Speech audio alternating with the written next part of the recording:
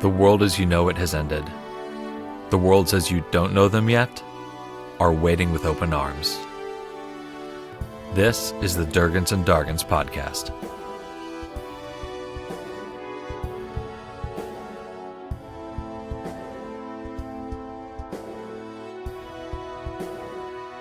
Welcome to Durgans and Dargans. I'm your dungeon master, Ben. With me today is Aaron. Hello, I'm Aaron. We never do me first, but I will be playing Darren Buccaneer, the Minotaur Sorcerer. Also with me today is Matt. Hello, my name's Matt. I'll be playing Jet, the Gnome Fighter. And, of course, Charles. I'm Charles, and I usually never go last, and I don't know how I feel about this, but I'm playing Runel's Surname, the Human Wizard. This is a podcast all about how people feel about things. So we're going to be going on to talk more about how we feel about all various things in the world. No, this is a D&D real play podcast, and we are a podcast for the whole family as long as your whole family is into intense, bloody adventures. We are going to take Dungeons and Dragons seriously with all of the high adventure, but we're not going to teach your 6-year-old any unfortunate vocabulary words. All right. So, you, the party, have all had a long day of shopping, which is its own brand of exhausting, and an even longer few days before that in savagery and moss, scavenging for the professor. You are all currently back in your quarters, in the deep sleep of people who have worked hard and are now resting. But your sleep is not wholly uneventful. You all realize that you are in a dream, a shared dream, a rare, rare event. You look around and you can see each other, Jet, Darren, Runel. You are all standing in a cathedral-sized glass box beneath a ceiling of mist glowing a faint blue color. Beneath the glass on the floor and behind the glass on the walls is an inconceivable collection of spinning gears of all sizes and metals. And from the mist comes a voice. I think I know who you three are. What? I think I know who you are. Would you mind introducing yourself? I do not know who I am. I have forgotten. Something made me forget. Then who are we? Who is as you presume us to be? You are travelers. You have been places. Yes, so have most Oh people. yeah, you narrowed it down there, bucko. Do you have any slightest us idea how special? little that narrows it down? I think you, sir, are a voice. Oh, I got it. Do you see how ridiculous you sound right now? I am more than a voice, I think. You can call me X. Oh, did you used to be called Twitter? No. Saw that one coming. No. Oh boy. You have traveled to places. I want to know about the places you have been. I can tell you've been to different universes? I think this is the word. What universes have you been to? Quite a few. Hold on. I don't know how we got here, what's going on. How could we trust you? How do we know we don't just spill the beans and then use this against us? This is just a voice that we're hearing? This is a voice you're hearing coming from a glowing blue mist. Are we aware we're dreaming? Roll a wisdom check. Wisdom is a -1. That's still a 16. Yeah, you can tell you're dreaming. Well, I will say, if a creature can enter our dreams, it probably won't have much difficulty entering the rest of our lives. It might already know a lot of what we are. Not mine. You're dreaming too, Jet. Otherwise, I'm somehow dreaming of your real life. Because I know I'm dreaming. Well, I ain't saying nothing with that unless you tell us why you want to know all this. Why do you want to know?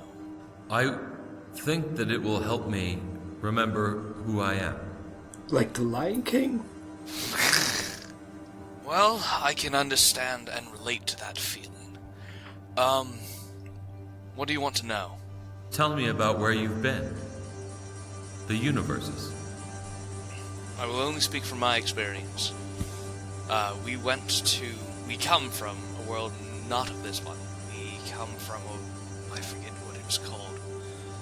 What they designated it here, and what they called it in that world. We don't need to mention that part, but anyway, we come from a different place. I was going to actually say where we were from. They call it, the boring world, I guess is what they called it. It was quite eventful for us, but, they deemed it necessary for destruction, and so we have no home. Tell me about the boring universe. There's a lot to say. It was home. It was full of great evil and great good. Tell me about it being home. My family was there. My university was there. Everything that I learned about the world, everything I've dedicated my life to, that was that world. And I, quite frankly, found it far from boring. Thank you. Have you been anywhere else? There was a trash place. I didn't like that one. Yes, a land, a flat plain full of refuse and garbage. And so far that's been it. Or the... Don't forget the worms. And the spice. Yes, there was the gross worms. And snakes. And pigeons. A lot of slithering things. And a big deep fryer. That too. And then there was the white in-between, the junction, they call it. Tell me about the junction. I hate it. It's so cold and empty, and while full of life and art and, people, it's empty, it's soulless, it's manufactured, it seems like. It's kind of loud too, right, guys? Like, Yes. There's never a moment's peace. And I don't want to say like a bad smell, but just like, you don't want to smell it all the time. No, not really. And there's no sun.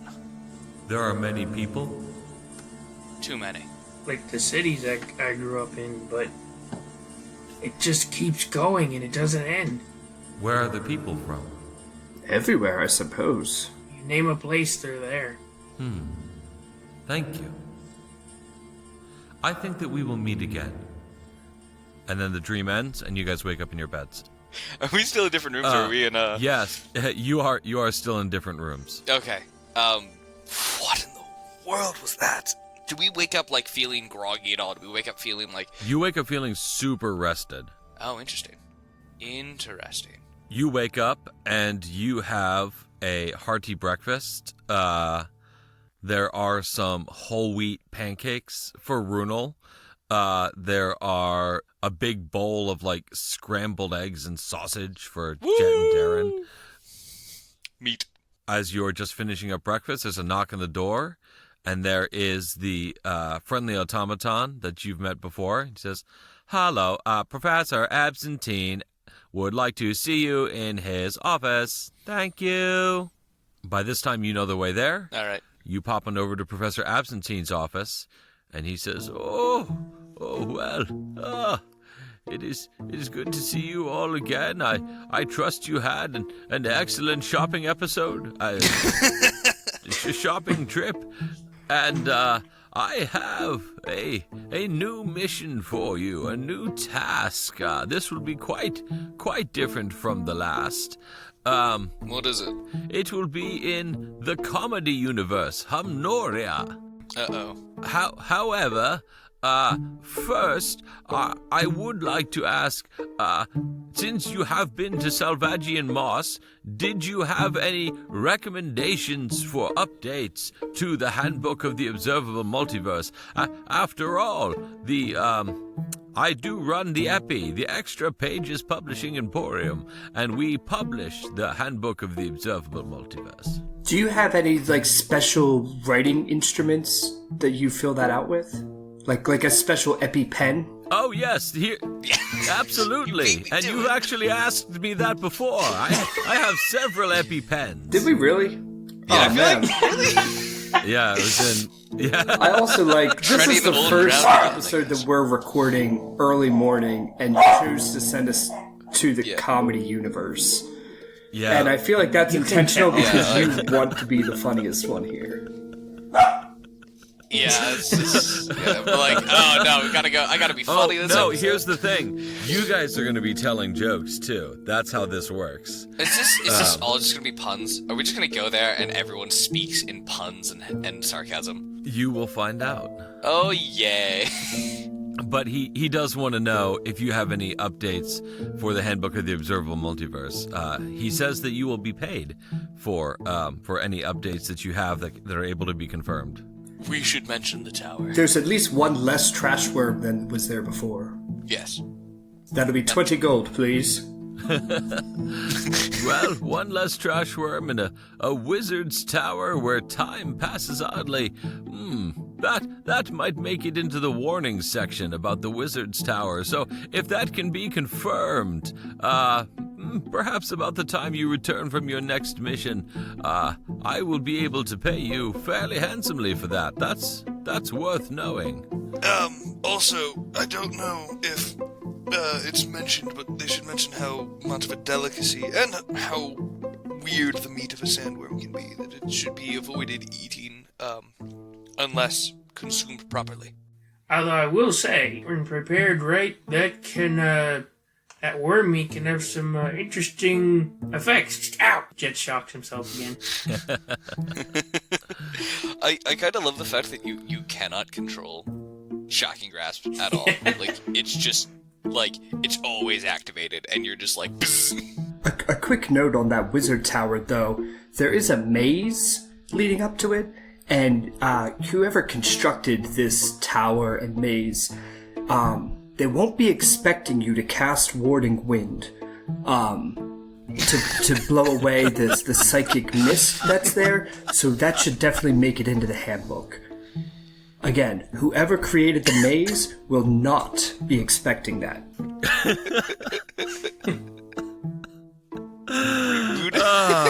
Yes, well, okay. I'll be sure to add that into my extensive multiversal notes for next time.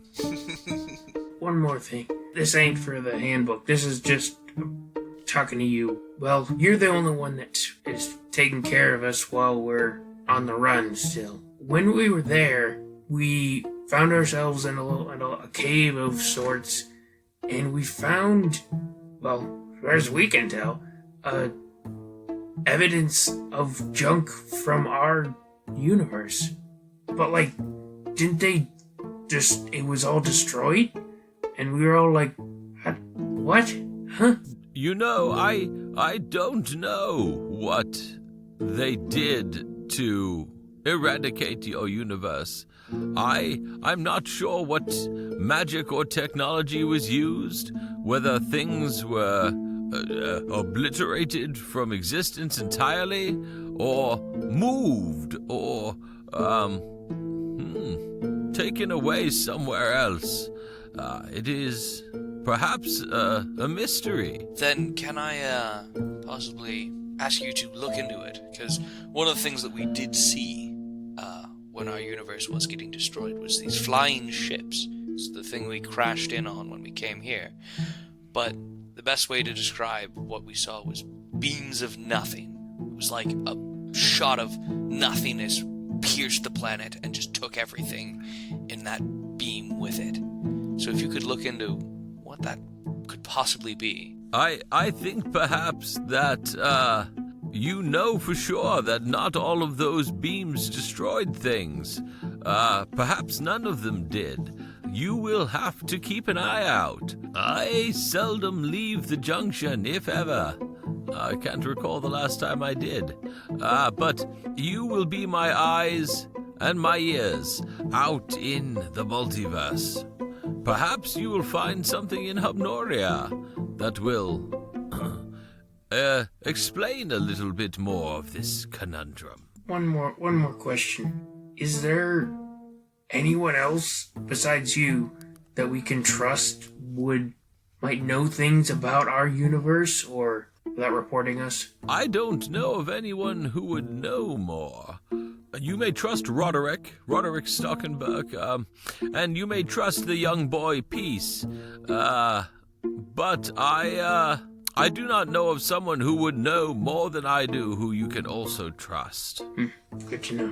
Anyway, in preparation for this mission, it is probably best to read the handbook entry for Humnoria. Mr. Jet, it looks like you have the handbook. Yes, he is our most avid reader. I could tell. A bright young man. Pop it out. Open it. It greets you cheerily. Hello! I'm Tom, the Handbook of the Observable Multiverse. It looks like you want to know about Humnoria. Humnoria, Universe KEK-13115, the Comedy Universe. Humnoria is a spacious universe with a single habitable planet. A planet of jokes, teases, gags, and puns. It functions much as other worlds do. However, their magic is powered by laughter, and they have found ways of containing and releasing this magic for the purposes of powering lifts, seeing the future, exploding their enemies, and boiling their water. The ruling class of the world are their comedians, who strive to be as funny as possible so that they can absorb the laughter from their fellow beings and contain it in the amulets they wear around their necks. Normal magic will still function there, but it must be paired with humor or its effect is lessened. Surprisingly enough, Humnoria is a rather warlike world which often engages in long and bloody conflict. Their world's government cycles through enough presidents, dictators, monarchs, oligarchies that it is useless to list them here, since in the time it takes from the publication of this book to the readers reading it, the government will have changed upwards of 6 times, with a staggering body count with each successive revolution. It is thought that if they were not limited by the fact that their magic requires real, sincere, honest-to-goodness laughter, they would have destroyed their entire universe centuries ago. Did it used to run on fear? I just gotta ask. Thankfully, their humor magic is impotent outside of their own universe. Warnings. Do not travel to Humnoria during one of their power struggle conflicts. Power struggle conflicts can spring up at any time. Best of. The best food in Humnoria can be found in the Laugh Track Tavern in the southern seaside of Charlieville. Be sure to order their broiled lobster with the secret butter, and if you should happen to learn the secret of the butter, do your best not to think about it while eating your meal. Lobster from a diner? It's a tavern. Laugh Track Tavern. Oh. Continue. The best shopping in Humnoria can be found in the city of Westerly Hills, where the shops are not cheap, but they are delightful to see, with enormous magical displays on their exterior, and may contain many wonderful items, often powered by laughter. The best gossip can be found in the aptly named establishment The Wagging Tongue, a comedy club in sometimes capital city of Harrow Heights, where the theme of the comedy is the lives of the rich and powerful, and for the purposes of their comedy, the humorists tell every secret of those rich and powerful that they think they can get away with. Oh dear.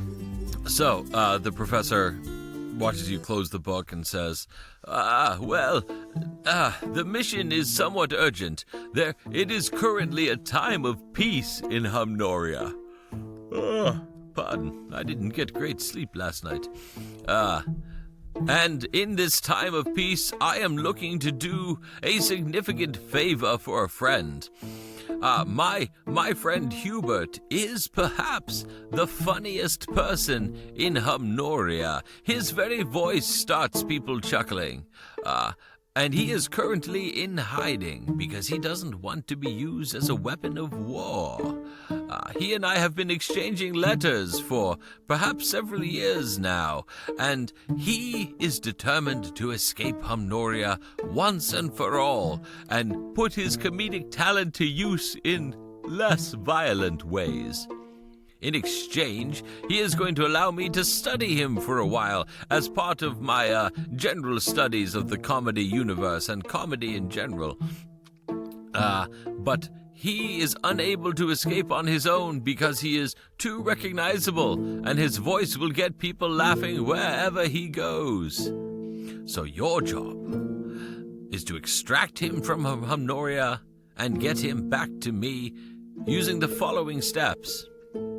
First, you will travel to Humnoria and be met by a contact of mine, Gregory Mountebank. He will meet you at the entrance. He will guide you to a secret society of comedians who want to end the bloodshed and protect powerful comedians who want to escape the wars. You must negotiate with this secret society to learn the location of Hubert. Only they know. And then you must find him and, using the bag of hold person, clandestinely bring him back to me here. The bag of hold person, kind of conceals itself as a bit of a coin purse, so you shouldn't have too much trouble with customs sneaking him in and out. I'm glad we have the bag of hold person, because if he is as funny as you say, then there's no way we would be able to complete this mission. I have never actually heard his voice myself, but I'm told it is quite humorous. Alright, so, he says, alright, if you're ready to go, then go. Roderick will meet you at the entrance of my compound here. And you guys walk to the door of the compound. Roderick meets you there and says, hello, it's good to see you again. This will be a bit of a short walk. I have things to do as well, but it is always good to see you. Wait a second, this is the first time we've seen you in a year. Are you not surprised? We were supposedly dead. You work for the professor. You get used to things like that when you work for the professor. Fair. Fair enough. He looks slightly older, maybe a year older. That tracks. So he leads you through the junction and leads you to another entrance. And it looks, aside from a giant trash cannon, fairly similar to the entrance to Salvagian Moss. There is a long white pillared hallway that seems like it goes on and on forever. And in front of it, there are 2 desks. And the other difference between this and Salvagian Moss is that while there are a Bureau of Universal Transportation, a BUTS, desk for incoming and outgoing. There's an IRS booth for incoming at the second desk, but there's also a 4th person there who seems like they are a incoming customs for the comedy universe. The trash universe, not having its own government, isn't going to have a representative there, but it looks like the comedy universe does. I guess we'll start with Buttes. You guys get in line, and you walk up to the Buttes official, and he says, hello.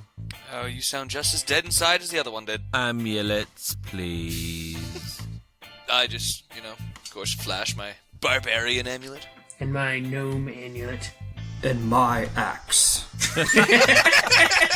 No, my, Are you the only one who doesn't have an axe amongst us? I don't have an axe. I have a little stabber. And in terms of amulets... You got a casino universe Well, amulet. I also had the bureaucrat amulet, but it's the casino universe one is my, incognito bling. Yes. So, honestly, he just looks at him. And he's so bored. I know, right? Oh, show me some more interesting in a second. amulets, please. He gives a big yawn, and he gives a big yawn, and he just kind of like waves you and says, all right, go ahead, next desk. You pop over to the comedy desk, and this bright-eyed, smiling wide young woman says, hi! Hey! Good to see you! You're coming to the comedy universe. What is the purpose of your visit? To laugh. We are going to... Can we sidebar have discussed this before? Yeah, so we can pretend that you've discussed this before. You know what? Here's the thing. How about you guys discuss this real quick while I go grab some coffee? Lord have mercy. What is our cover story? Because I almost said extraction. I think we're just here for the show. We want to laugh. We're there to see the great clown Pagliacci. There you go. We're gonna go to the what were the one of the tavern that he mentioned? Was it Laugh Track Tavern or something? Yes, that sounds right. I want to know the secrets of the butter. Oh, yeah, that's good. We should bring that up. Alright, so let's each have a reason for being there. I think Jet's reason has got to be the butter. Oh, yeah, for sure. That's Jet. Jet is just there for the butter. Alright, I'm back. So, she asks you, what is your purpose in visiting the comedy universe?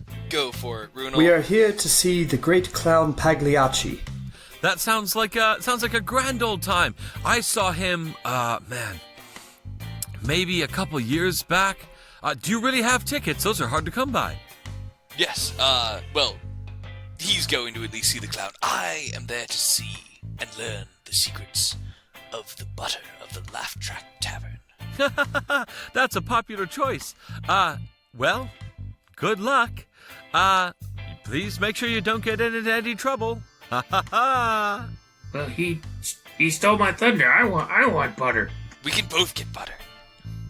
Well, there's plenty of butter pretty much everywhere. And the secret butter is very secret, so good luck. I don't like how cheerful she is. She's too cheerful to be a government official. So. Oh, and one last thing. Here, each of you take this. And she hands you an inexpensive-looking amulet and explains, These will allow you to convert humor, laughter, into magical energy.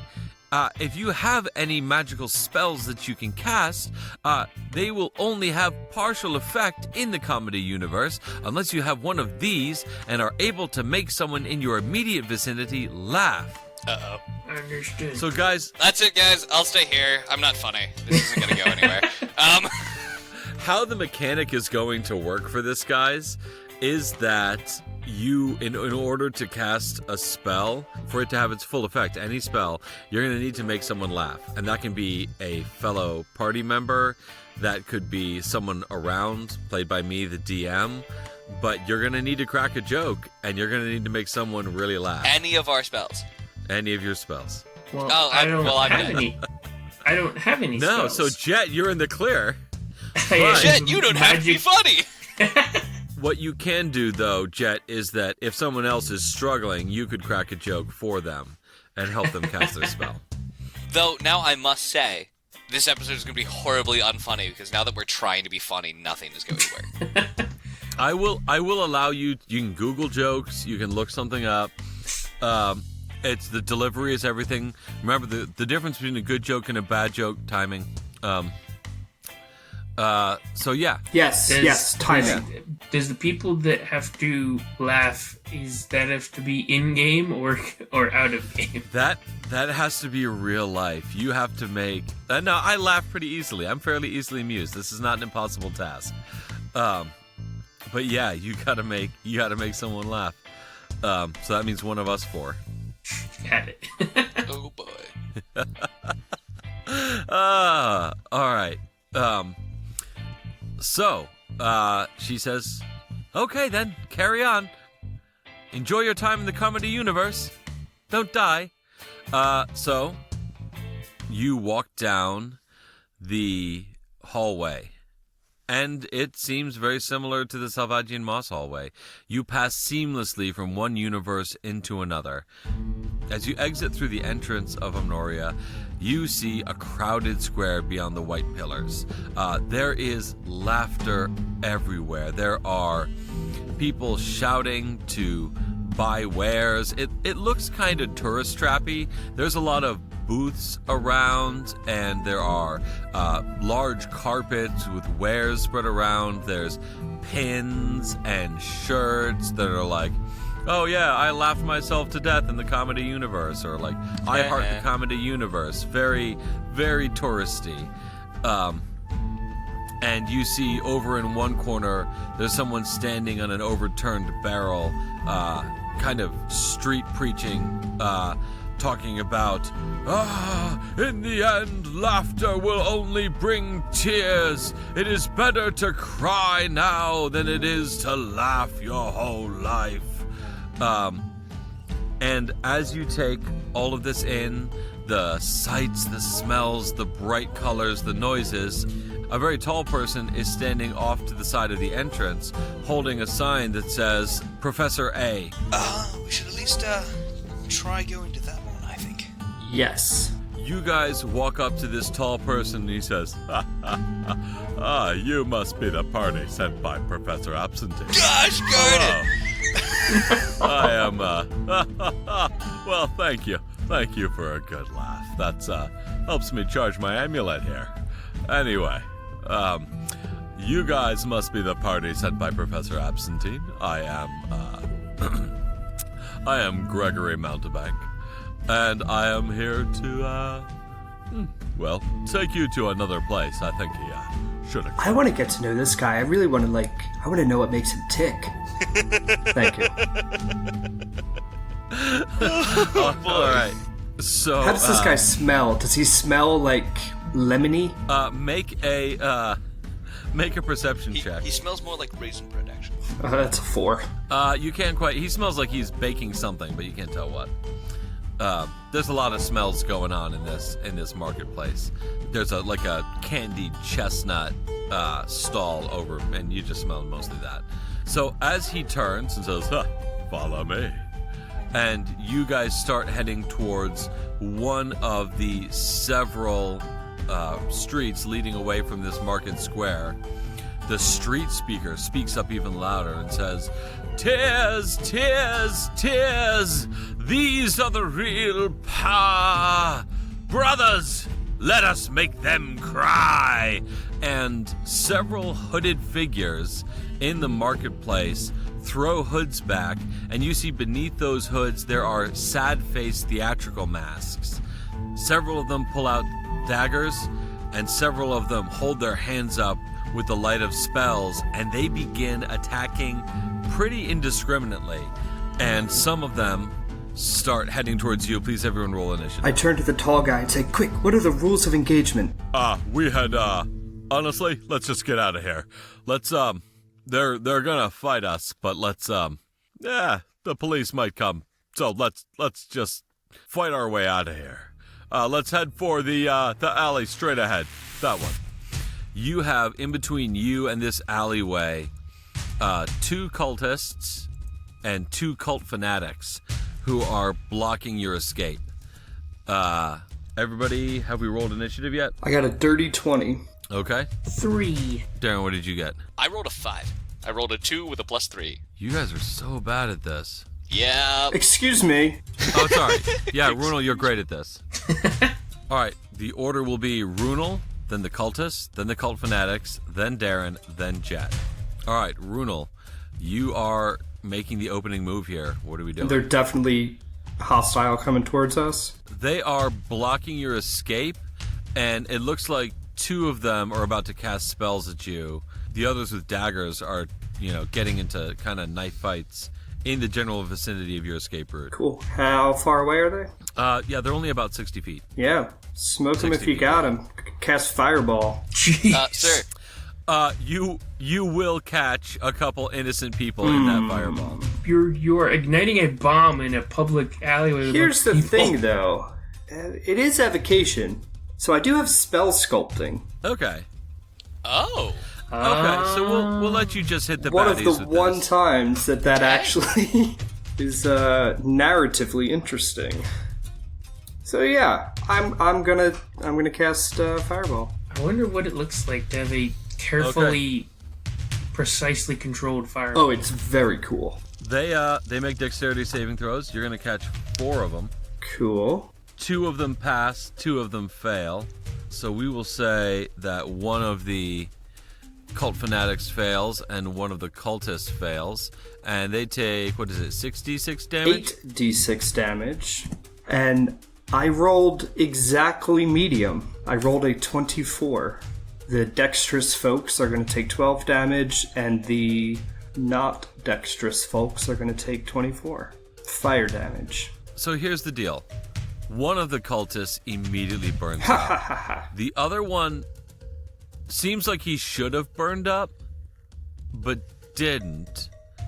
And the 2 cult fanatics are still standing fairly strong. Your fireball seemed a little impotent.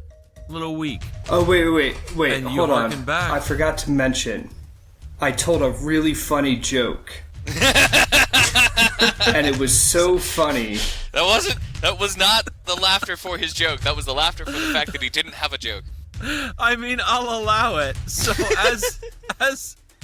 as you crack that joke, your fireball half reignites itself and kills the other cultist. The one cult fanatic is now looking very wounded.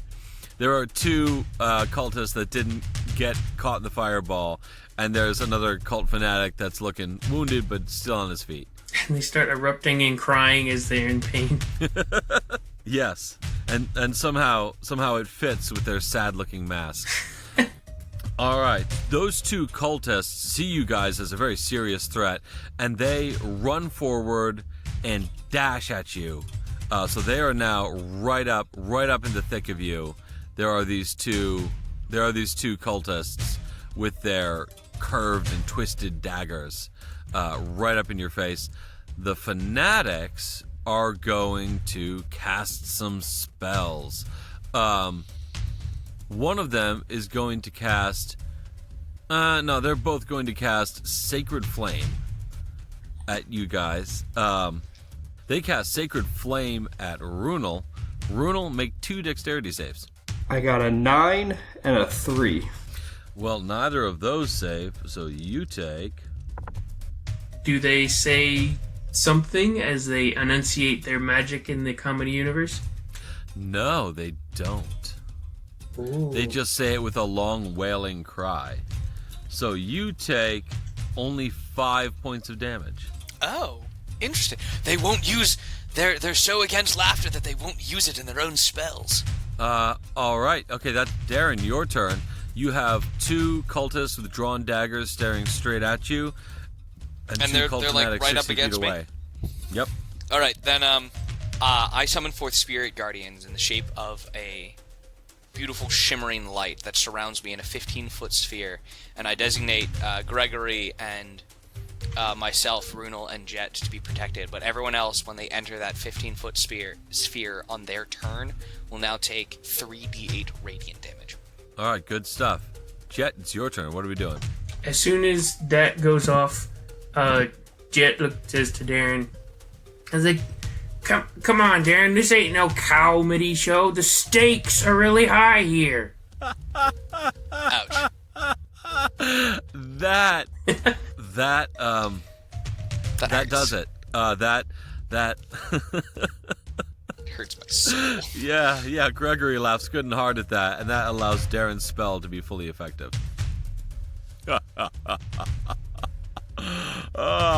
Yeah, never gets old. So, Jet, what are you doing? Okay, so the 2 cultists that are in our faces are already within, because they're near Darren, they're already within his sphere? Yes. Are there any of them threatening me at the moment? They are right up against the both of you, so there's one of them that's 5 feet away from you. And then the other 2 are 60 feet away from me? Yep. Gotcha. Alright, knowing that, Jet is going to take a look at his hands, the ones that he uses all the time for smashing stuff. I was going to say, alright, that we're gonna try this. You're like, alright, it's hug time, and he's going to run up to one of them and embrace one of the cultists and then attempt to shock him. Okay, so you are enlarging, right? I have not yet. Is the hug time the joke, or... Well, Darren, I'm telling you, this is... they aren't listening to me. They're going one in one ear and out the other. Hug time. Oh, the cow jokes are gonna be great. Oh, boy. Here. All right, so you, so you run up to this guy that's right in front of you, and you cast Shocking Grasp. And what is that, a con save? It's based on my intelligence. It's based on that, my experience, so it's just a straight roll. Holy moly, it's a 19. All right. Nice. How much damage does he take? Just 1d8, that's it. Oh, 5 lightning damage. Okay. He shakes and shudders, and he's pretty hurt. And now he cannot take reactions until the start of my next turn. And now with that done, once he's done being shocked, I was like, well, that was easy. And I will I look over his leg, and then I will use Giant Smite to turn large as a bonus action. And then now that he cannot take reactions, his friend probably could, but since he cannot take reactions, I'm going to run away towards 30 feet towards the other guys. Okay, there we go. His friend can't reach you, so you're going to be... You're heading right towards him. Okay, cool. At this point, it is Gregory's turn. We almost forgot about him. He looks at the guy that you just shocked, and he says, well, there's nothing for it, but, And he just takes a big, meaty fist and smashes it into him. Or he tries to smash it into him, and he does like a big wide swing, and it misses, and he does a little pirouette and almost falls over. Runel, it is now your turn. And we just have the 2 guys left, or just one? There's 2 guys right in front of you. One of them is very wounded. And then there's 2 guys 60 feet away. One of them is very wounded. And the 2 close are about to be blasted by Spirit Guardians. Yeah, so Yes. The one that's far away, I have in my wand of spell saves. Right, is that what you called it? Yes. Wand of spell slot saves. Yesterday I had saved Mage Armor, Ice Knife, and Magic Missile at a Magic Missile at level 2. So I'm gonna cast Ice Knife from my wand. That's also at a 2nd level, I believe.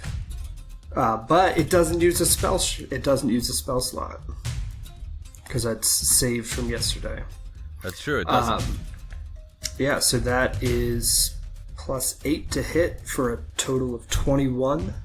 To the wounded guy. It's actually for a total of 11. Oh, no. Because as it shoots out of my wand, I say, I point my wand to him and I say, chill.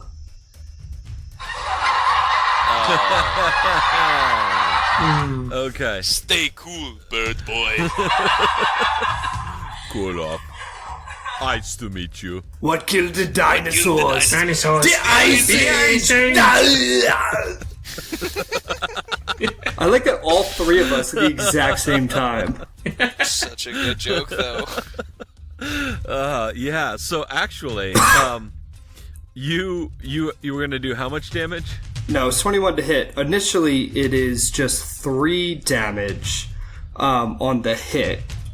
But the shard then explodes, and that target and creatures within 5 feet of it must make a dex save. Okay. Let's see here. So there's the one person needs to do a dex save.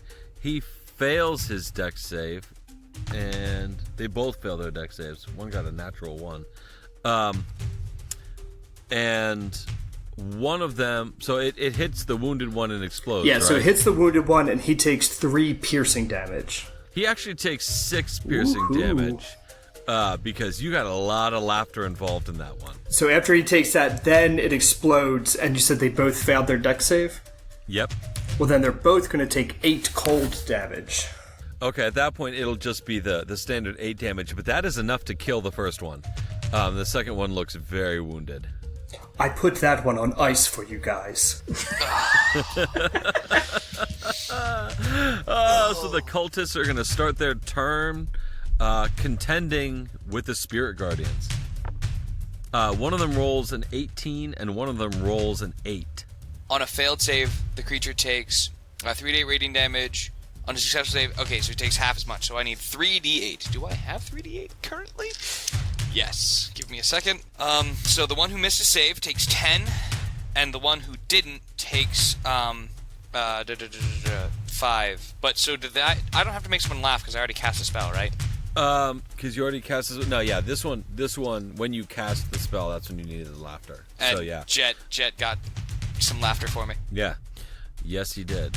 Well, they just take damage in that sphere. Then I will cast Guiding Bolt, because that's an instantaneous attack and not concentration. Actually, no, wait, they're right in front of me. I'm just You going killed to... both the cultists. Oh, I did? They're already They dead? both died. Yeah, they both died. Is there any cultists left in front of me? No, there's a cult fanatic 60 feet away from you. Then I am casting Guiding Bolt. And they died in just horrendous agony. Like, they were just sizzled alive by these bright, radiant lights. Delightful. At the last moment that you see a smile and they're like, no, not a smile. Somewhere from the courtyard of fighting, you hear the Wilhelm scream. So the remaining fanatic is going to cast... Let's see here. The remaining fanatic is going to reach around his throat for a necklace, pull off a bead, and hurl it at you. No! He has a necklace of fireball? It's not a unique item. Oh, so that's Darren evil. and Runel, please make dexterity saving throws. And I can't even counterspell that, right? I don't think I can, because it's not actually casting a spell. I'm not going to anyway. Well, that's a 12. That's also a 12. Wait, you said Runel and Jet or Runel and Darren? Runel and Darren. Okay. Because you're the only ones who haven't moved. Oh, Wait, you said so let's see Darren here. and what was Patrick Warburton's name? Gregory. Yeah, Darren and Gregory. Gregory, right? Gregory also has to make a dex save. Oh, sorry, Gregory. I was just trying to make a joke to get it off of me. I didn't think it would actually. Oh wait, yeah. How close to death are you? Me? Like 27 Yeah. away. Okay. So, Patrick Warburton, I'm sorry, Gregory, did make his save. Lucky. So 24. So, but it only does 12 damage to you guys and only does 6 damage to Gregory. Because It does 12 these damage. that's half of 24. Oh, yikes. Okay. All right, Darren, it's your turn. So I'm gonna go up to Runel actually and cast Cure Wounds. I'm gonna touch his shoulder and cast Cure Wounds and say, "I just thought I'd offer a helping hand." And that is, what is it? It is. Oh, is that supposed to be the joke? No. Just offering a helping hand. Okay. 1d8 plus your spellcasting modifier. Okay then. So yeah. And then Jet will say, don't you mean a helping hoof? Ha! I'm perturbed by your puns. So, okay, sorry. I'll give it that. Where, like, the way this plays out is that Jet makes the joke, Darren glares at him, and Gregory laughs at that. Fair enough. I healed him for 12 damage, and then because I still have sorcery points, I'm going to use Quicken Spell to throw a cantrip and throw Firebolt at the farther fanatic.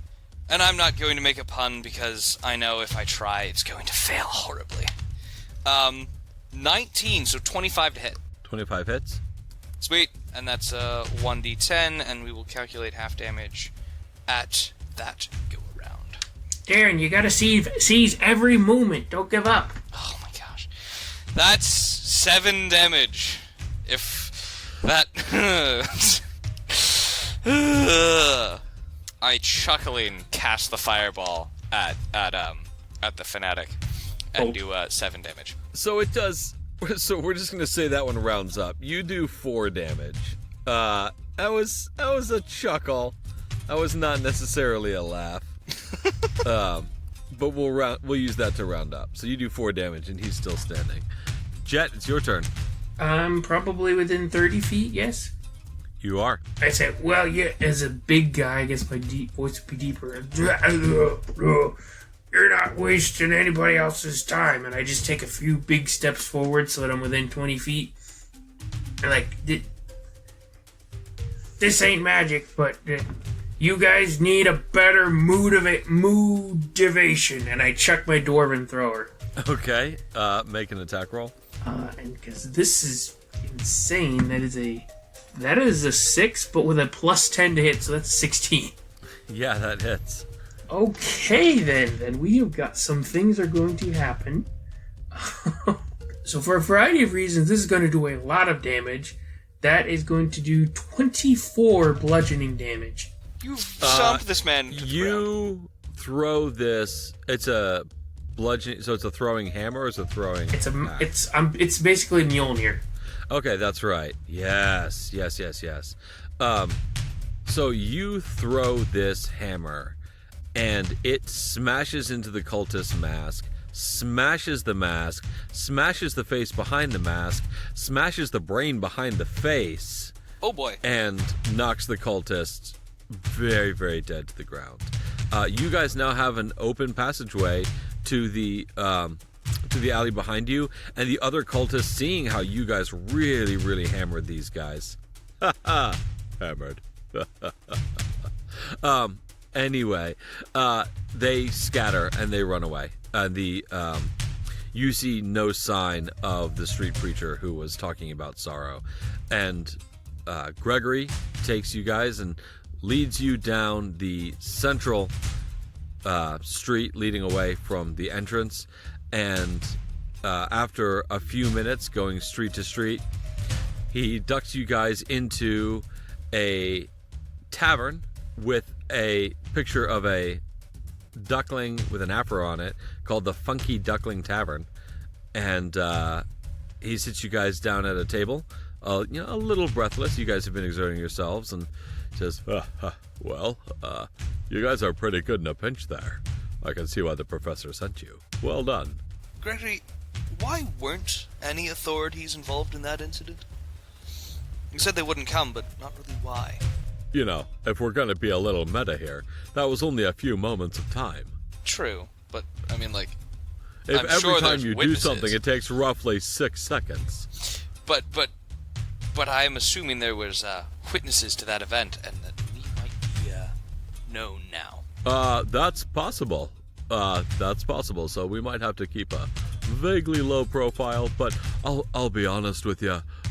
Everyone is pretty well fighting for their survival, so there's a chance they don't have particularly accurate descriptions of you. All right, fair enough. We can wind it back as we were escaping the scene. Can Jed kind of clocked around to see if anyone was had noticed us or was trailing us or anything seemed suspicious? Sure. Yeah, make a perception check. 16. You see, some people took notice of you, but no one's paying special attention. No one's staring. No one's trying to get a bead on you. No one's following you. Even with the bloody scene of dead bodies. Yeah, most people are, trying to care for the wounded, or this was a savage attack. People are, kind of still in this sort of thing is not unusual in the comedy universe, because it's very, very bloody. But yeah, most people were just trying to take care of business, whether that was defending themselves or caring for the wounded or trying to piece their shop back together, whatever. Yeah, so this happens all the time. Yeah. You just happen to be in the wrong place at the wrong time. All right. So you guys are sitting down at the table in the Funky Duckling Tavern, and that's where we will end this session. Guys, thank you for being great players. Listeners, thank you for being great listeners. And as always, thank you to my wife who lets me play Dungeons and Dragons as a hobby. We'll see you guys next time. Should we have a sign-off? Should we try to have a sign-off? Greetings Adventurers says keep it dicey. You stay classy, Forgotten Realms. Yeah. You stay classy, Faerun. Yeah, just make sure that that's exactly what my what my sheet here says. Otherwise, I might just read anything. Anyway, we'll come up with a sign off later. Good luck. Take luck. All right. Bye.